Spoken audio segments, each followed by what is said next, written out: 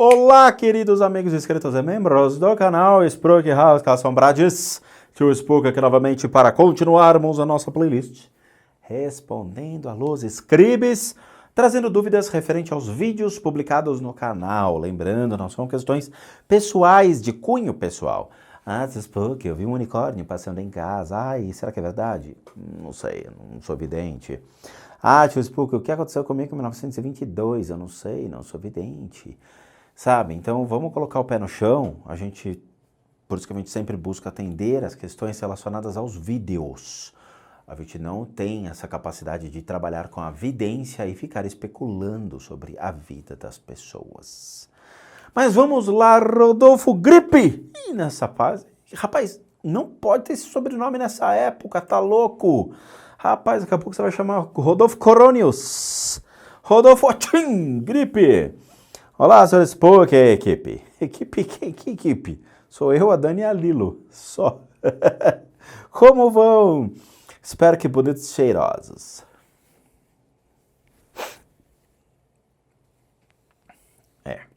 Então, gostaria de entender alguns aspectos relacionados à manutenção energética. Manutenção energética. Ok. No 6º capítulo é falado sobre os excessos no tocante. No tocante, tá ok? Ao uso da mediunidade, tá ok? Sou de Umbanda e trabalho com energias densas, sutis, brandas, agressivas, tudo do meliante. Nos meus estudos, tá ok, pessoais, tá ok? Aprendi poucas coisas sobre chakras, tá ok? E vibrações menos e mais perceptíveis. Entre elas, energia sexual. Rapaz, isso não pode. Carluxo, vem aqui falar sobre isso. Por essa observação, resolvi escrever pelo e-mail. Aqui tá difícil de entender. Posso parecer indiscreto, e nos comentários isso seria um erro terrível, bebê. Cabo, vamos lá, bem mais. Quais são os melhores estudos, livros, audiobooks, publicações, nomes, gurus, etc. que me auxiliariam em? Nós não damos conselhos. Juro, tudo aquilo que você colocou aqui, eu não dou conselho, Rodolfo. Rodolfo, espiritualidade não se compra no supermercado. Espiritualidade não se compra na farmácia. Espiritualidade não se compra no Mercado Livre. Você quer aprender sobre espiritualidade, querido? Você vai refletir sobre a sua crença hoje. Ah, eu sou católico. Sinto muito.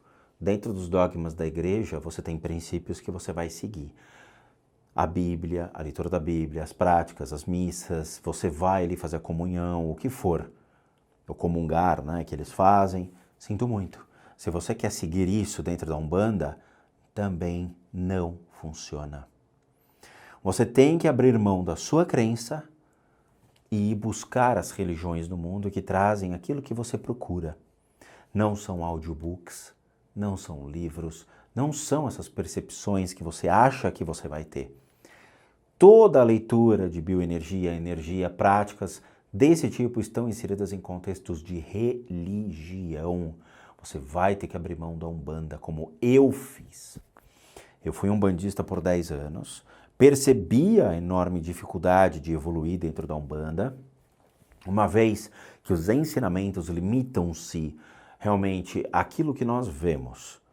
A prática da incorporação, do atendimento, da gira, ou você é Ogã, você vai aprender as músicas, os cantos, o batuque, você vai se dedicar à arte relacionada à Umbanda, aquilo que é a mescla do espiritismo, mais alguns princípios ligados à religião afro.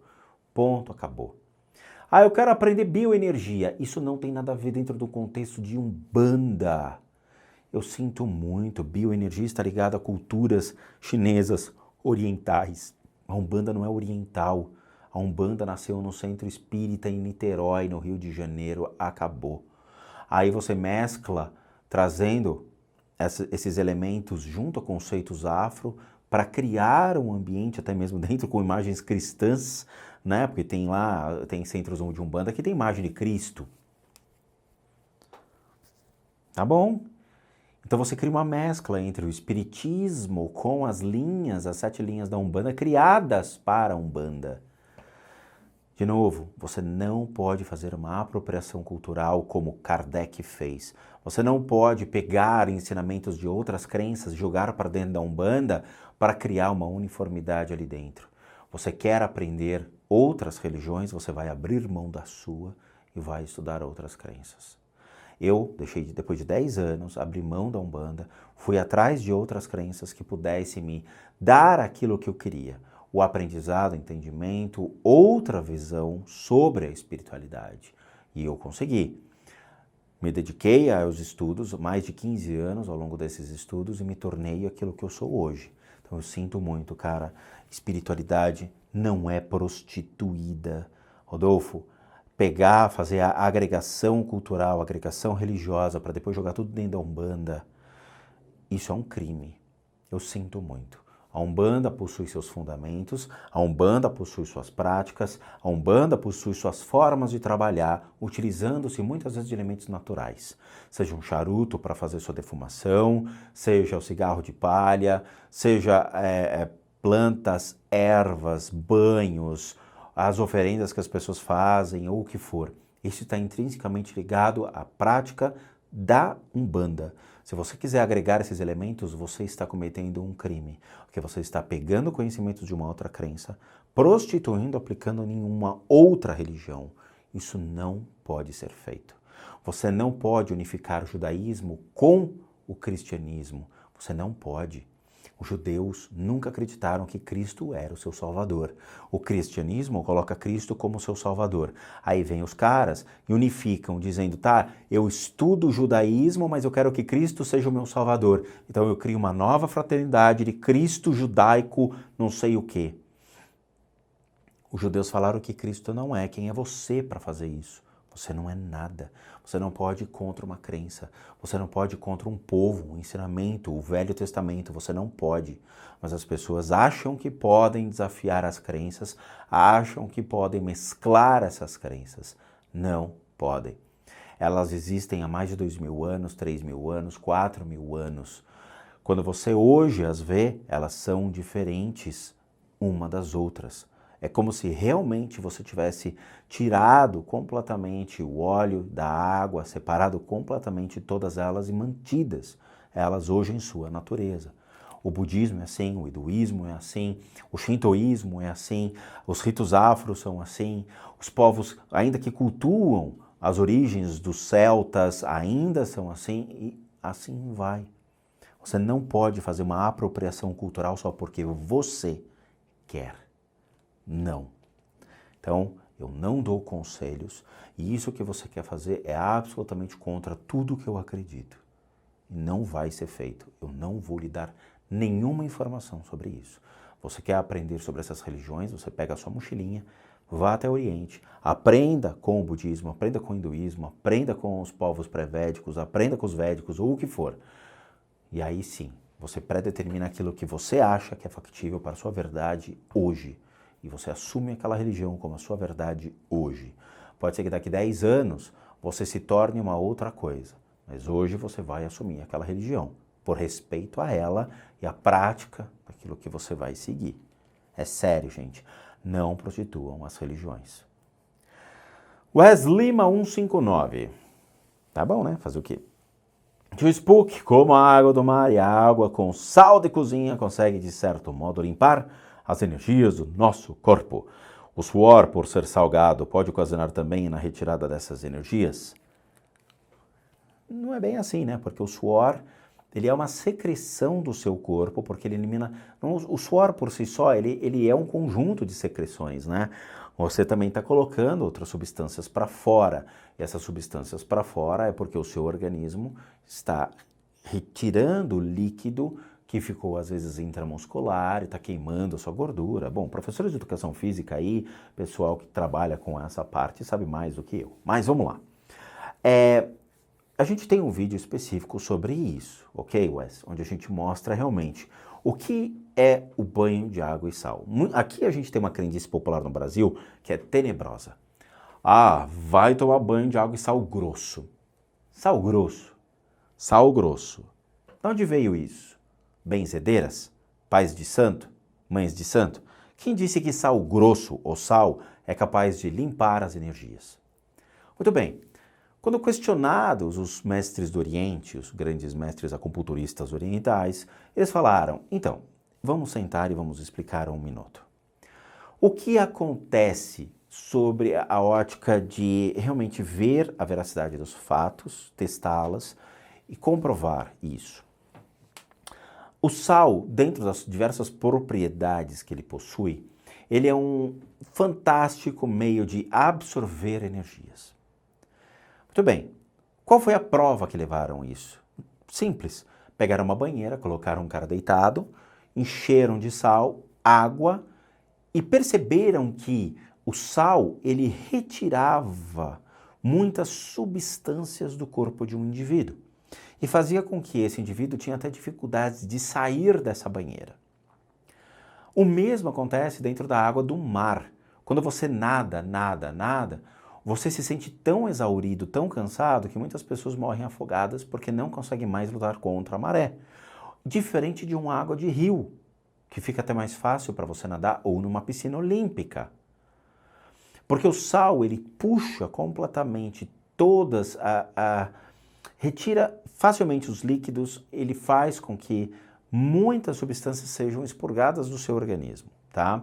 Então eles acreditam que o fator do sal marinho ou sal de cozinha tem essa proporção, essa propriedade. Mas o sal grosso não. Por que, tio Spook? Porque o sal grosso ele é denso, ele é ionizado, sendo ele uma pedra. Essa pedra ionizada e densa não faz com que gere essa absorção da energia. Então o que nós estamos fazendo é errado. Sério? Eu falo isso desde o começo do canal. O que é o mais assertivo é utilizar banho de sal normal, que é o sal de cozinha, que eu sei. E o sal do Himalaia? Cara, eu não sei. Ah, e o sal 70? Eu não sei, cara. Eu sei que é o sal de cozinha. Eu adoro quando o ser humano me escreve no box dizendo: ah, tio Spook, eu comprei um sal aqui do Himalaia e eu queria tomar banho com ele, o que você acha? Cara, eu não tenho a menor ideia. Pare com isso, cara. Daqui a pouco vocês vão ter... vão criar... Vamos fazer aqui uma aventura gastronômica sobre banhos. Ai, que coisa linda. Eu vou pegar um sal aqui das montanhas de Erevan, feitos por monges virgens que nunca tocaram em suas partes íntimas. Eu acho que esse sal aqui realmente vai me ajudar bastante. Ou o sal do Himalaia. Ai, que tudo, não é mesmo? E esse sal gourmet que é fantástico. Cara, é sal de cozinha. Ponto, acabou. Tá? Não inventem os ICs. Eu fico doido quando as pessoas escrevem os ICs, porque parece que as pessoas querem devanear sobre as coisas. Você vai pegar um sal de cozinha normal, vai lá fazer todo o processo que eu falo no vídeo sobre o banho de água e sal. E o banho de ervas? Para com isso. Estamos falando de banho de água e sal, tá bom? Banho de água e sal é assim que funciona, da cabeça aos pés. Ah, mas falaram no centro espírita? Cara, desculpa, eu estou olhando para o Oriente. Eu não estou olhando para pais de santo que não sabem nem o que estão fazendo. Isso me incomoda. As pessoas criam histórias, regras, condutas que não têm a menor noção do que estão falando. Existem milhões de pontos de energia desde o topo da sua cabeça até a pontinha do seu pé. Eles precisam passar pelo banho de água e sal normal de cozinha. No Oriente, banha-se de cabeça aos pés e funciona. Se lá funciona, quem sou eu para dizer que não funciona? Beleza? Eu vou seguir o caminho certo das pedras. Ou no caso do sal refinado, né? Então ele faz com que essa energia seja absorvida. A água conduz a energia e o sal absorve. Isto é apresentado no Oriente. No caso do suor, não consigo perceber a questão de eu vou transpirar o dia inteiro, então eu vou ficar expurgando energias prejudiciais. Não é bem assim que funciona, tá? Até porque existem pontos que estão relacionados à sua atividade mental, pontos que estão relacionados à sua atividade emocional, que precisam ser limpos. E o suor, teoricamente, é só o seu corpo físico que está eliminando. Marcos Borges, olá, boa noite, Spook. Tá ok? Por aí? Tem um duvidão, pode escrever? E ele escreveu assim, tá ok? Gostaria de perguntar qual a sua visão sobre Feng Shui. Realmente os conceitos e práticas funcionam, tá ok? Harmonizam menos os ambientes? Aí, 02. Você segue esses conhecimentos? Aí, ó, tá ok? A dúvida me surgiu por estar estudando, lendo livros e fazendo cursos, tá ok, sobre o assunto. Então gostaria de saber qual a sua visão de um clarividente, claro e evidente. Piadinha sobre isso, tá ok? Vamos lá. Marcos, eu fiz um curso caro pra dedéu de Feng Shui, tá? Eu viajei, peguei o aviãozinho, fui até o lugar, me hospedei no hotel e fiz o curso. Acho que o curso foi 2 dias, um dia. Mas é o suficiente para a gente poder entender que certas coisas ainda não estão prontas. Eu vou falar honestamente para vocês, tá? Eu fui lá e vi Feng Shui. Cara, dentro do Feng Shui que eu estava aprendendo, o cara tem que ser muito bom para saber o discernimento de certas energias. Se você não tem essas habilidades sensoriais tão definidas, esquece, não é para você. Segundo ponto que eu acho um absurdo, de certo, e assim, eu fiquei realmente meio chateado com algumas coisas e saí do curso meio que frustrado, reclamei de algumas coisas e tal, é o seguinte. Um hotel nos Estados Unidos, um grande mestre chinês se hospedou nesse hotel, chamou o gerente do hotel do nada, surtou e foi lá, bateu na porta do gerente e falou, vocês vão ter problemas financeiros. É mesmo? É. Por quê? Porque a porta do hotel está virada para o lado ao contrário. É mesmo? É. Então tá, o que eu faço? Refaça a fachada do seu prédio virada para o lado tal. Cara, assim, tudo bem. De repente, o hotel pode ter gerado até um ponto atrativo pelo fato de ter feito uma porta ao contrário, uma porta giratória, uma porta, sei lá, em L, e as pessoas acharam divertido e entraram lá para ver, sei lá, o que for. Mas vamos pensar, esse tipo de coisa funciona na nossa realidade? Se você é milionário, você pode fazer a porta que você quiser até no teto. Se você é uma pessoa que não tem condições financeiras e mora de aluguel, ou mora num apartamento pequeno, virado por um cemitério, cara, é o que a sua condição financeira te colocou. Todos nós, claramente, gostaríamos de estar morando num lugar mais rico, mais chique, ter o poder aquisitivo suficiente para dizer até onde vai ficar a porta da tua casa. Sabe, quer dizer, o Feng Shui, ele não leva em condição a real situação financeira do indivíduo e as possibilidades do indivíduo. Ah, mas dá para fazer certas coisas, dá para fazer certas gambiarras, coloca um espelho, reflete a porta, não sei o quê. É o que a Dani fala para mim todos os dias. Fala, Rô, você é o cara da Super Bonder. Toda hora que quebra alguma coisa, você já aparece com a Super Bonder para colar. Ou seja, eu estou sempre querendo remediar uma situação ao invés de entender, corrigir e fazer a coisa da maneira correta. Quebrou, joga fora. Não, eu vou lá e colo. Mas é assim. Então, quando o Feng Shui ele surge com alguns conceitos que até são válidos em alguns aspectos, mas eles não se adaptam ao Brasil. Não se adaptam. Sabe? Quer ver um conceito muito interessante? Para eles, a região norte do planeta é rica, a região sul é pobre. Beleza. Então quer dizer que tudo que está ao norte é rico, tudo que está ao sul é pobre. Sobre que ótica? Sobre que condição? Quer dizer que o Brasil é pobre? Pobre aonde? Ah, o Brasil tem muita pobreza. Sob a ótica daqueles que querem ver a pobreza, mas sobre a ótica daqueles que entendem a riqueza do país, a diversidade cultural que nós temos, a exportação de plantio, de alimentos, gado. Somos um dos maiores exportadores de carne do mundo. Aonde que o país é pobre?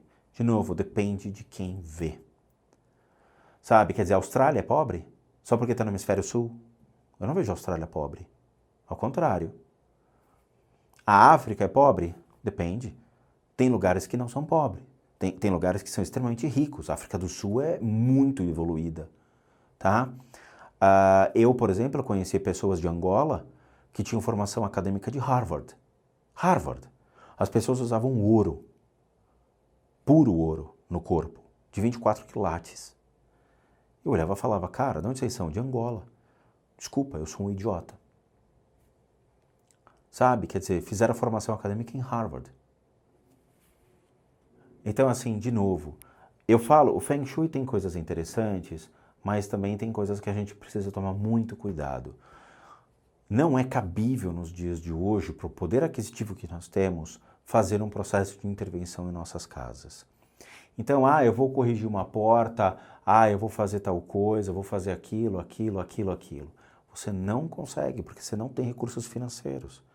Quer dizer, o fato, às vezes, da sua casa estar virado para um lugar que pode trazer prosperidade ou não, eu sinto muito. É aquele lugar que eu posso morar, é aquela condição que eu posso pagar, é a situação que eu posso viver naquele momento. Pode ser que daqui 10 anos eu consiga mudar de lugar, mas eu não consigo mudar naquela hora. Mas aí você faz uma gambiarra, você faz isso, faz aquilo, outro e tudo mais. Tem que tomar muito cuidado, tá? De novo, o Feng Shui é muito interessante para ser entendido e estudado, mas a prática para o mundo de hoje, ela é muito delicada. Ela é muito delicada. Vai depender de milhões de fatores. E quando eu presenciei as explicações de Feng Shui e essas curiosidades do mundo, quer dizer, nós temos o hemisfério norte rico, o hemisfério sul pobre. Cara, depende do referencial. O que você está olhando? Qual é a sua referência? Sabe? Tem milhões de fatores. Então, temos que tomar um pouco de cuidado com relação à prática, à aplicabilidade de certas técnicas que hoje não são aplicáveis aqui no Brasil, mas quem sabe daqui a algum tempo as pessoas consigam evoluir financeiramente e possam predeterminar aonde vai ficar a porta da tua casa, né? Priscila Vasconcelos, boa noite, tio Spock. Tenho uma dúvida, ou talvez uma curiosidade. Teve alguma limpeza de casas ou tratamento espiritual que você realizou e que nada foi encontrado? Que a casa estava totalmente limpa ou a pessoa sem nenhuma enfermidade física, mental, emocional, espiritual?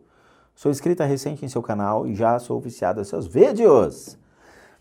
Vamos lá. É difícil lembrar de tudo, afinal são 15 anos atendendo pessoas. Dentro das pessoas que eu tratei com enfermidade, somente uma pessoa não tinha nada. Nada. Nenhum problema emocional, nenhum problema mental, nenhum problema espiritual, tá? Foi indicado por um grande amigo meu, o Sr. Célio Barros, que é inacreditavelmente um dos maiores músicos do Brasil e um dos melhores astrólogos que eu também já conheci. Ele veio indicado na minha casa, ele trouxe a família toda da Austrália e esse cara não tinha nada, nada, nada. Eu olhava para ele e falava, cara, parabéns, você é um ser humano único, porque você não carrega marcas de nada em você. Foi o único cara, todos os anos nessa indústria vital, que não tinha nada. Eu realmente fiquei impressionado e eu espero que ele esteja bem. Faz tempo que eu não vejo ele, a família dele que veio da Austrália, é um ser humano espetacular, espetacular, tá? Ele não tinha nada. Agora, obviamente, tem pessoas, todo mundo tem melecas, todo mundo tem problemas, sabe? Assim, eu lembro que uma vez eu vi um e-mail, né? Teve um rapaz que me escreveu um e-mail, e eu até não lembro, peço perdão, mas ele escreveu, cara, é tão bom ver o tio Spook às vezes falando palavrão nos vídeos, é tão bom ver às vezes o tio Spook botando ordem dentro de casa, né? Escrevendo às vezes de uma maneira um pouco mais ríspida e rigorosa nos vídeos, porque mostra que o tio Spook é humano. Eu sou humano, cara. Sabe? Então, assim, todos nós temos altos e baixos, todos nós temos nossos problemas, todos nós temos situações, conflitos pessoais que nós queremos sair. Tem situações, eu também tenho, sabe? Fico doido quando eu vejo pessoas querendo ganhar em cima de mim ou querendo prevaricar sobre normas e regras. Eu acho hilário isso, sabe? Pessoas que fazem barulho, por exemplo, depois de certo horário, você fala, cara, não pode fazer barulho. Mas eu queria martelar a parede 11 horas da noite. Você fala, cara, você tem um problema mental? Uma regra do condomínio. Mas é rapidinho, vai. É assim, cara. Eu fico doido quando as pessoas burlam as regras ou tentam achar o jeitinho brasileiro das coisas. Eu não gosto. Então, assim, todo mundo tem os seus problemas. Dificilmente não vai carregar marcas no seu corpo de energia, dificilmente não vai trazer obsessores, às vezes pela maneira como a gente lida com certas situações, ou formas de pensar fazem com que essas energias sejam atraídas. É sério, tá? E isso é ação e reação da nossa própria natureza. Eu tive um professor espiritual que ele falava, cara, você pode fazer o erro, mas você pode saná-lo em seguida. Então você pode chamar uma pessoa de filho da Araruta. O filho da Araruta! Mas depois você pode apagar a forma de pensamento para que ela não chegue na pessoa. Sério. Existe como. É divertido. Você xinga a pessoa e depois apaga o registro. Que horror, né? Sabe? Que horror. Isso me faz lembrar um cara que veio... Um cara chegou, mandou um e-mail todo querendo bancar de sabichão pra mim, todo pomposo. Aí eu falei, cara, eu não tenho interesse nenhum em fazer parceria com você. O cara deletou o e-mail e deletou na minha caixa. Eu achei genial. Ele apagou o registro do e-mail da minha caixa. Eu acho que ele mandou via Outlook e tal. Eu achei genial. Eu falei, cara, como o mundo é covarde, né? Assim, nesse sentido. O cara vem, ele quer dar uma de senhor bonzão, fala, não tem interesse. Então me dá meu e-mail. Não vou brincar mais. Me dá o meu e-mail. Ele fez isso, é o máximo. Limpeza de casas. Todas as casas carregam energias ruins, mesmo as casas que estão vazias ou as casas que acabaram de ser construídas, tá? Por quê? As casas que são construídas, a gente tem os funcionários que carregam essas energias. Então, às vezes, os funcionários que são os pedreiros, eletricista, sei lá, até jardineiro, eles, cara, têm seus problemas. Tem gente que às vezes bebe, fuma, o cara tem comportamentos às vezes agressivos e tudo mais, acaba atraindo energias para uma casa que está em obras. Pode sim, tá? Então dificilmente a gente não encontra nada, dificilmente, tá? Tem que ver a casa como um todo e aí a gente acaba vendo o que que tem. Mas geralmente aparece um ou dois carinhas lá perdidos, não tem como se afastar disso. Adriano Rodrigues. Dani, boa tarde. Na verdade, tio Sprocks, né? Eu gostaria de te fazer uma pergunta para você mesma. Então, vou chamar a Dani aqui. É certo que os budistas não comem carne? Eu aderi a essa prática esse ano para melhorar meu desenvolvimento mediúnico dentro da Umbanda. Aí, o que tem a ver o fiofó com as calças? Minha dúvida é o seguinte: eu não comer nenhum alimento derivado de animal, por exemplo, ovo, miojo de carne, tempero de carne, entre outros. Muito obrigado. Grande abraço para você, para o Rodrigo, para a Lilo e para os universitários. Cara, de novo, a galinha não come alpiste porque o jacaré é diabético. É exatamente essa a pergunta. Quer dizer, o fato dos budistas não comerem carne, eu vou seguir o que o budista faz dentro da prática da Umbanda para desenvolvimento mediúnico. Eu não sei, cara. Eu acho que se eu, budista, usar uma estrela de Davi no peito, quem sabe isso me aproxime do cristianismo. É essa a pergunta. Mas vamos lá. Primeiro, eu quero deixar bem claro, Adriano, assim, não é para pegar no teu pé, não é para te criticar nada, mas é que as pessoas fazem uma enorme salada e na verdade o que você está fazendo é um yakisoba gigantesco. Teve um rapaz que veio no box do vídeo e ele colocou essa questão de, o budismo não come carne. Eu falei, come. Ah, não come. Eu falei, carinha, deixa eu te falar, eu sou budista há 10 anos. Ah, não come. Aí ele foi e deu um print de um texto de um blog. E eu fui lá e truquei com o livro do Dalai Lama, onde ele fala que os monges comem carne. E eu acho engraçado como a ignorância de um moleque petulante quer se sobrepor a uma pessoa que vive isso há mais de 10 anos. Eu quero deixar isso claro, porque eu acho que professores passam por isso nas escolas. Os professores, hoje principalmente em história, geografia, ciências sociais, sei que ainda existe essas matérias, né, nas escolas, devem apanhar bastante com certos alunos que são tendenciosos em ficar procurando, às vezes, vamos dizer assim, referências históricas que são deturpadas ou repletas de fake news para querer trucar seus professores de escola. Muito bem, Adriano, não você, mas ao ignóbil que me perguntou e que me afrontou no box do vídeo é o seguinte, querido. Existe uma cerimônia na qual eu fiz parte, que acontece, chamado Druptin de Vajrakilaya. Dani e eu viajamos para o sul, ficamos uma semana em retiro, enclausurados num templo. Acordando, 6, 7 horas da manhã, fazendo as práticas, indo dormir 10 horas da noite, fazendo todos os processos de cerimônia que tinham ali dentro dessa semana em específico. Existe uma oferenda chamada tsogi, onde um prato repleto de diversidades de alimentos é oferecido a todas as pessoas que estavam lá, incluindo lamas, tulcos, monges, os discípulos, os estudantes, todo mundo lá. Eu não lembro quantas pessoas tinham na sala, mas provavelmente deviam ter umas 100 pessoas facilmente. Dentro desse tiçogue tinha carne bovina, e era oferecido aos lamas. O lama Norbo na minha frente, a lama Tsering na minha frente, a lama Kadro na minha frente, comendo carne bovina. E os lamas não comem carne. E o que eles eram? Eles estavam comendo carne. Dentro do princípio do grande Siddhartha Gautama, ele falava: os monges não podem negar os alimentos. Ou seja, se alguém te oferece um alimento, você come e agradece a pessoa. Se te oferecerem carne, você come a carne. A questão é, eu não posso matar um animal, mas se eu encontrar um animal morto, eu vou utilizar-se da sua carne para me alimentar.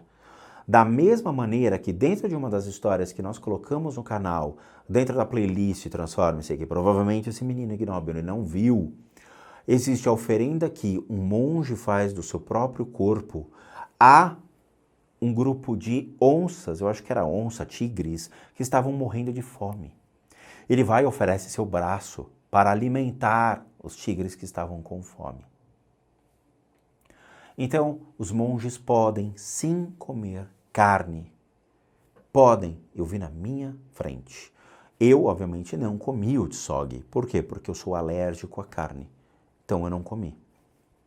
Mas eles podem. Então assim, de novo, as pessoas têm que buscar a informação correta dentro de um templo budista e não acharem, o monge não come carne. Ele come a carne. A única coisa é que ele não mata o animal para não arcar com o karma de ter tirado a vida de um animal. É só isso. Agora, você não pode, Adriano, utilizar-se de princípios budistas que estão inseridos dentro de um conceito de uma religião budista para achar que essa prática vai despertar a sua mediunidade ou vai ser um facilitador para que você desenvolva a sua mediunidade, tá? A Umbanda por si só, ela vai te dar a resposta. Então você vai chegar para o seu babalorixá africano ou seu babalorixá lá da Umbanda, o que seja, você vai perguntar para ele: querido, eu quero desenvolver cada vez mais as minhas habilidades mediúnicas. O que você, dentro da cultura, da crença, da fé, da Umbanda, tem a me oferecer? Aí ele vai dizer o que você deve fazer. Você não pode olhar para uma outra crença e falar: eles estão fazendo aquilo, eu acho que eu vou dar uma zapecada ali, vou pegar, vou fazer uma agregação aqui no que eu quero e vou fazer um bem bolado para a Umbanda. Não se pode fazer isso. Isso é uma apropriação cultural, uma apropriação religiosa indevida. E isso você está indo contra completamente os princípios da sua própria Umbanda, que por si só deveriam atender às suas necessidades. Se você quer desenvolver a sua mediunidade, entre aspas, utilizando-se do budismo, você torne-se budista. Aí você vai entender que a palavra mediunidade no budismo não existe. Que a palavra mediunidade, ela foi inserida dentro de um contexto espírita e não dentro do hinduísmo, não dentro do budismo, não dentro do shintoísmo, não dentro de outras crenças, ok? As pessoas têm que parar de fazer o yakisoba espiritual e começar a buscar realmente alicerces dentro da sua crença. Mas tio Spook, vamos voltar à resposta. Será que a carne realmente ela impede o desenvolvimento de um ser dentro da mediunidade? Então, eu não sei qual é a sua mediunidade, eu não sei se você realmente é médium dentro da Umbanda, eu não sei qual é o tipo de alimento que você ingere, como é a sua conduta na vida, se você bebe, fuma, usa drogas, eu não sei, tá? Vamos pegar princípios, então, mais simples. Quando a gente vai trabalhar em centro de Umbanda, qual é a exigência que eles falam? Um dia antes você não pode beber, não pode fumar e não pode comer carne. Por quê?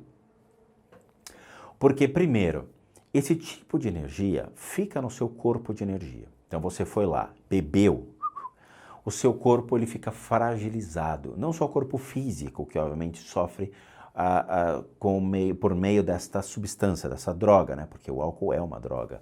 Você fica com o corpo mais zoado, a sua cabeça fica zoada, você não, obviamente, no dia seguinte você vai estar de ressaca, você não vai conseguir passar por uma pessoa ali qualificada para poder atender as necessidades das outras pessoas, tá? Dentro do seu corpo de energia, o seu corpo de energia ele vai sofrer impactos com isso, então ele vai abrir certos buracos, ele vai ser facilmente destruído por miasmas, por um monte de ser do mundo espiritual. Idem para o cigarro. Se você fuma, o seu pulmão ele vai receber uma energia que vai fazer o seu órgão enfraquecer, e aí sim você pode vir a ter sérios problemas respiratórios e, por consequência, o seu corpo de energia também vai ficar suscetível a tais seres. A carne. Existem dois princípios que estão inseridos dentro do contexto da carne.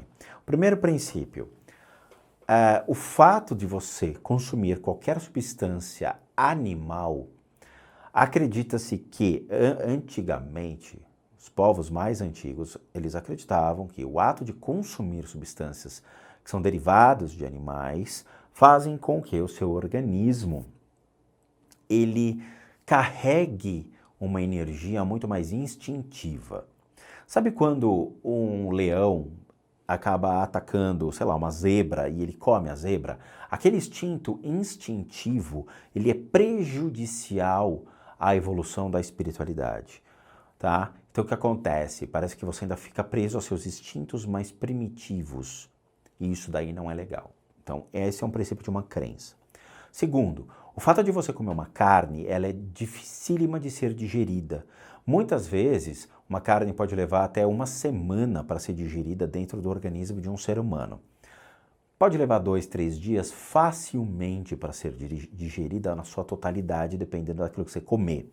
Então, se você vai atender no centro espírita no dia seguinte, você vai estar ainda sobre aqueles alimentos mais densos, mais pesados, tá?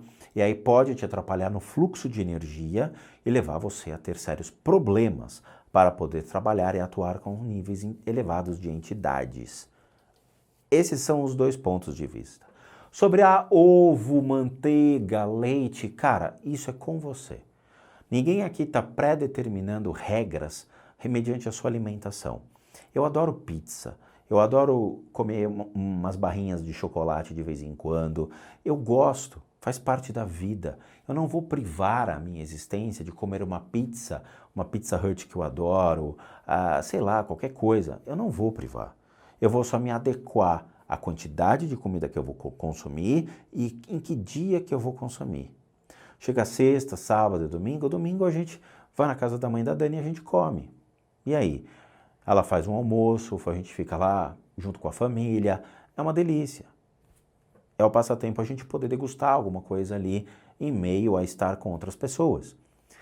Isso afeta? Não vai afetar mediante ao horário que eu estou fazendo o consumo dessas substâncias numa quantidade pequena. Lembrando, eu não como carne, então eu não estou suscetível à questão de digerir tais alimentos mais densos no meu organismo. Eu vou atrás de alimentos mais leves pela minha consciência. Se você quer consumir esses alimentos, é tentativa e erro. Você vai consumir esses alimentos, vai ver se realmente tem ou não algum dano à sua espiritualidade. E aí você vai tirando, tá? Tem gente que pode comer camarão, tem gente que não come camarão, tem gente que adora comer uma bomba de chocolate, tem gente que não gosta de chocolate. É tentativa e erro. Você vai experimentando, tá bom? Há necessidade de corrigir as pessoas em alguns aspectos, há necessidade sim de ponderação sobre suas atitudes. As pessoas querem fazer um yakisoba espiritual. Já é o terceiro respondendo aos inscritos que eu vejo que as pessoas estão fazendo uma miscelânea das coisas. Não façam agregação cultural. Se vocês querem aprender o budismo, saiam da Umbanda e vão se tornar budistas e entendam uma religião. Religião não é entendida somente lendo um livro.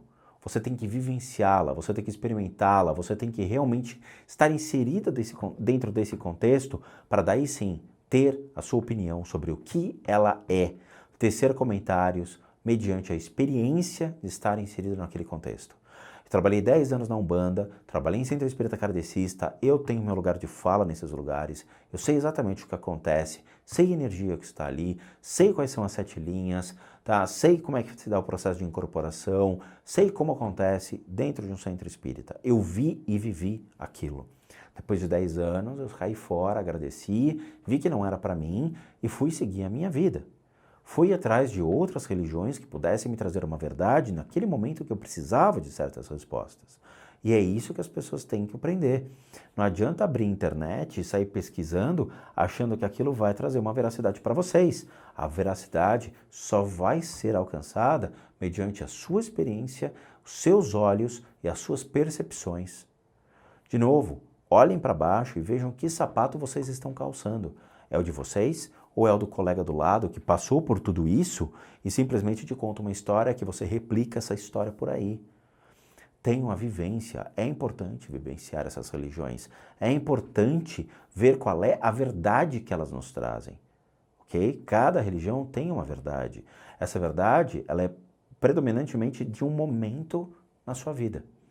Tem pessoas que seguem o catolicismo até atingirem um princípio de questionamento, falar, eu não consigo ver mais nada daqui para frente, eu quero aprender uma outra coisa então. Vai para o espiritismo, ou vai para o cristianismo, ou vai para outras vertentes dentro da igreja, porque busca outras verdades as quais aquela religião naquele momento não consegue mais atendê-las. É assim que é a vida, é assim. As pessoas crescem, tem que mudar o sapatinho, tamanho 12 para tamanho 15, de 15 para 20, de 20 para 30, até chegar no tamanho 43 ou 44, dependendo da pessoa, né? Mas você vai crescendo e o seu corpo vai mudando e você vai buscando outras roupas. Ou seja, isso também é o lugar de você buscar outras verdades dentro da crença de vocês. Tá bom? Mas é isso. Agradeço de coração, muito obrigado a todos que assistiram o vídeo até agora. Muito obrigado por fazerem parte da família Sprug House Casas Assombradas. Lembrando, os recadinhos finais que são extremamente importantes, eu sempre falo para as pessoas, prestem atenção. Galera, é o seguinte, todo mundo aqui sabe que Tio Spook é um terapeuta, um psicoterapeuta alternativo, licenciado nacionalmente e internacionalmente, dentro de institutos que me habilitam, me capacitam para realizar atendimentos complementando a medicina tradicional. Nós não substituímos nenhuma das técnicas, nada relacionado à medicina, nós somente complementamos.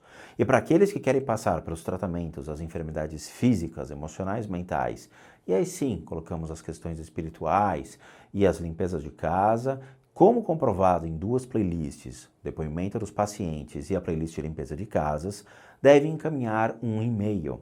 Não é sinal de fumaça, não é 7 ondinhas, não é salonguinho, não é pomba com bilhetinho na patinha, vai, fala para o Tio Spook me tratar. Não.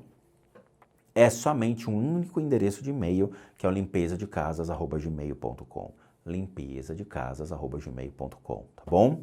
Para aqueles que querem ajudar o canal, nós temos 2 sistemas de doação. Um sistema que é o Seja Membro, que também, só clicar aqui embaixo, você vai ser encaminhado pelo YouTube para uma página onde você vai doar R$8. R$8 para que a gente continue firme e forte aqui no canal no YouTube. E pode fazer pelo PayPal, que também está na descrição aqui do vídeo. Vocês podem doar qualquer valor neste caso, seguindo passo a passo o que foi colocado. E por último, o nosso site casasassombradas.com.br, com muita coisa legal para vocês. Vejo vocês nos próximos vídeos e bons sustos a todos nós.